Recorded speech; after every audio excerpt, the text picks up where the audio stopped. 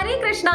നമ്മളെല്ലാവരും ഭഗവാൻ വിഘ്നേശ്വരന്റെ ക്ഷേത്രത്തിൽ പോകുമ്പോൾ മറക്കാതെ ചെയ്യുന്ന ഒരു കാര്യമാണ് ഏത്തമിടുക എന്നത്. അത് എങ്ങനെയാണ് അദ്ദേഹത്തിന്റെ ക്ഷേത്രത്തിൽ ഏത്തമിടുന്നതിന് ഇത്രയും അധികം പ്രാധാന്യം വന്നത്? അതിന്റെ പിന്നിൽ ഒരു കഥയുണ്ട്. വളരെ രസകരമായ കഥയാണ്. നമുക്ക് കുഞ്ഞു മക്കൾക്കൊക്കെ പറഞ്ഞു കൊടുക്കാൻ പറ്റിയ ഒരു കഥയാണ്. ആ കഥ ഞാൻ നിങ്ങൾക്ക് വളരെ ഷോർട്ടായിട്ട് പറഞ്ഞു. ഒരിക്കൽ സാക്ഷാൽ മഹാവിഷ്ണു കൈലാസത്തിൽ ഭഗവാൻ ശിവശങ്കരനെ കാണാനായി എത്തി.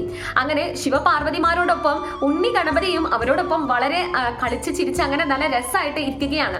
അപ്പോൾ ഉണ്ണി ഗണപതി സാക്ഷാൽ മഹാവിഷ്ണുവിനെ കാണുന്ന മാത്രയിൽ തന്നെ അദ്ദേഹത്തിന്റെ ശ്രദ്ധ പോകുന്നത് സാക്ഷാൽ മഹാവിഷ്ണുവിന്റെ കയ്യിലുള്ള ആ സുദർശന ചക്രത്തെയാണ്.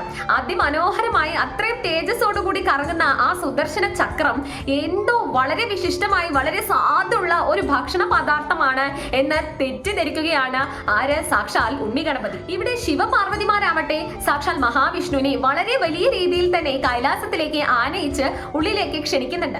അങ്ങനെ അവർ മൂന്ന് പേരും വളരെ വലിയ രീതിയിലുള്ള ചർച്ചയിലേക്ക് പോവുകയാണ്. ഈ സമയം സാക്ഷാൽ ഉണ്ണി ഗണപതി സാക്ഷാൽ മഹാവിഷ്ണുവിന്റെ കയ്യിലുള്ള ആ സുദർശന ചക്രം ആരും കാണാതെ എടുക്കുകയും അദ്ദേഹം അത് ഒളിപ്പിച്ചു വെക്കുകയും ചെയ്തു.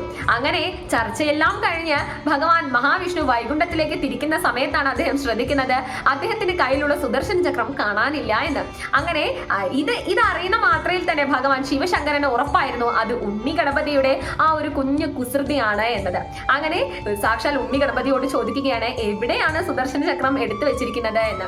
ഇത് കേൾക്കുന്ന മാത്രയിൽ തന്നെ ഉണ്ണി ഗണപതി ആ സുദർശന ചക്രം ഒളിപ്പിച്ചു വെച്ച സ്ഥലത്ത് നിന്ന് അത് എടുത്തുകൊണ്ട് വന്ന് എല്ലാവരുടെയും മുന്നിൽ നിന്ന് വായയിലേക്ക് ഇടുകയാണ്. ആ വായലിട്ട മാത്രയിൽ തന്നെ ഇത് കാണുന്ന ശിവപാർവതിമാരും സാക്ഷാൽ മഹാവിഷ്ണു ഒക്കെ വളരെയധികം അതിശയിച്ചു പോവുകയാണ്. എന്ത് തന്നെ പറഞ്ഞിട്ടും ഉണ്ണി ഗണപതി വായ തുറക്കുന്നുമില്ല. സുദർശന ചക്രം ആവട്ടെ ഗണപതിയുടെ ഉള്ളിൽ പെടുകയും ചെയ്തു. അപ്പോ സാക്ഷാൽ വിഘ്നേശ്വരനെ സന്തോഷിപ്പിച്ചാൽ മാത്രമേ സാക്ഷാൽ മഹാവിഷ്ണുവിന് അദ്ദേഹത്തിന്റെ ആയുധമായ സുദർശൻ ചക്രം ലഭിക്കുകയുള്ളൂ എന്ന് ഉറപ്പാക്കിയ സാക്ഷാൽ മഹാവിഷ്ണു അദ്ദേഹത്തിന്റെ മുന്നിൽ നിന്ന് രണ്ട് കൈകളും ചെവിയിൽ പിടിച്ച് മുട്ട് താഴ്ത്തി ഏത്തമിടാനായിട്ട് തുടങ്ങി. ഇത് കാണുന്ന അതായത് ലോകൈക പരിപാലകനായ സാക്ഷാൽ മഹാവിഷ്ണു തന്റെ മുന്നിൽ നിന്ന് ഏത്തമിടുന്നത് കാണുന്ന ആ ഉണ്ണി ഗണപതി ആവട്ടെ ആർത്തുല്ലസിച്ച് വായ തുറന്ന് ചിരിക്കാനായിട്ട് തുടങ്ങി. അങ്ങനെ വായ തുറന്ന് ചിരിക്കുന്ന സമയത്ത് ആ സുദർശന ചക്രം വയറ്റിൽ നിന്ന് പാഞ്ഞ് പുറത്ത് എത്തുകയും അത് സാക്ഷാൽ മഹാവിഷ്ണുവിന്റെ കരങ്ങളിൽ ചെന്നെത്തുകയും ചെയ്തു. ഇതാണ് സുദർശന ചക്രത്തിന്റെയും ഉണ്ണി ഗണപതിയുടെയും അത് മാത്രമല്ല എന്തുകൊണ്ടാണ് സാക്ഷാൽ വിഘ്നേശ്വരന്റെ മുന്നിൽ പോയാൽ ഏത്തമിടേണ്ടത് എന്നുള്ളതിന്റെയും കഥ. ഇത്രയും പറഞ്ഞു നിർത്തുന്നു. ഹരേ കൃഷ്ണ.